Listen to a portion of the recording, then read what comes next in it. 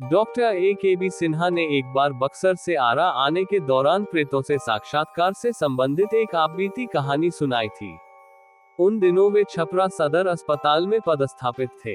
एक रोज की बात है, अस्पताल से रात करीब 12 बजे घर लौटे थे। तेज बारिश हो रही थी।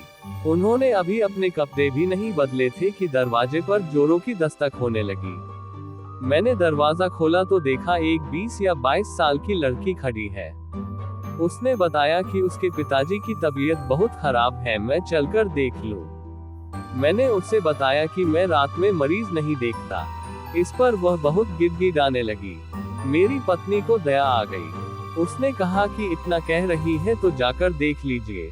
मैं अन्ना सा बाहर निकला और अपनी कार निकाली। उसे बैठने का इशारा किया। सुनसान सड़कों से होते हुए हम शहर से 5 या 7 किलोमीटर दूर एक कस्बे में पहुंचे। वहां आबादी से कुछ पहले ही एक मकान के बाहर रुके। लड़की ने मेरा बैग उठाया और मुझे लेकर अंदर गई। वहां एक बुजुर्ग व्यक्ति खाट पर लेटा हुआ था। उसकी हालत गंभीर थी। उसके सिरहाने 2 महिलाएं खड़ी थी। मैंने उसकी नब्ज टटोली तो बर्फ सा ठंडा लगा। शरीर भी ठंडा था। उसमें जीवन के कोई लक्षण नहीं थे, लेकिन वह धीरे धीरे कुछ बोल रहा था जो समझ में नहीं आ रहा था। मुझे कुछ समझ में नहीं आया तो उसे एक इंजेक्शन दिया और एक दवा खिलाने को दिया।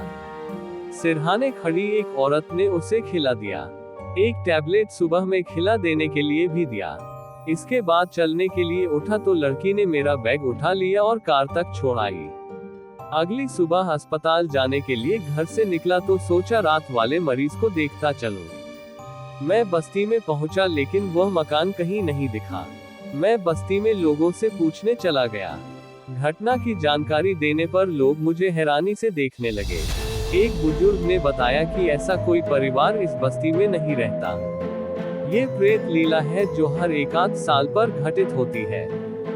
वह एक भूता खंडहर है। आप वही गए होंगे। आपने इलाज किया इसलिए बच गए, नहीं तो मार डाले जाते।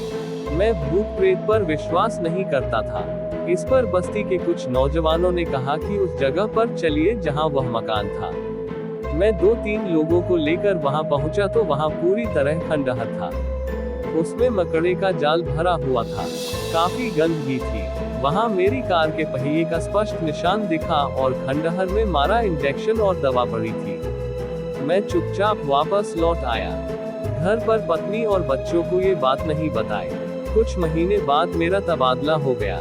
दूसरे शहर में जाने के बाद पत्नी और बच्चों को उस रात की घटना की पूरी जानकारी दी। आज भी उस रात की याद आने पर सिहर उठता हूँ। मेरे वीडियो को लाइक कीजिए, ज्यादा से ज्यादा शेयर कीजिए। मेरे चैनल परफेक्ट कहानियों को जरूर सब्सक्राइब कीजिए और बेल आइकॉन को दबाइए ताकि मेरी नई वीडियो की नोटिफिकेशन आप तक पहुँचे। आपका धन्यवाद।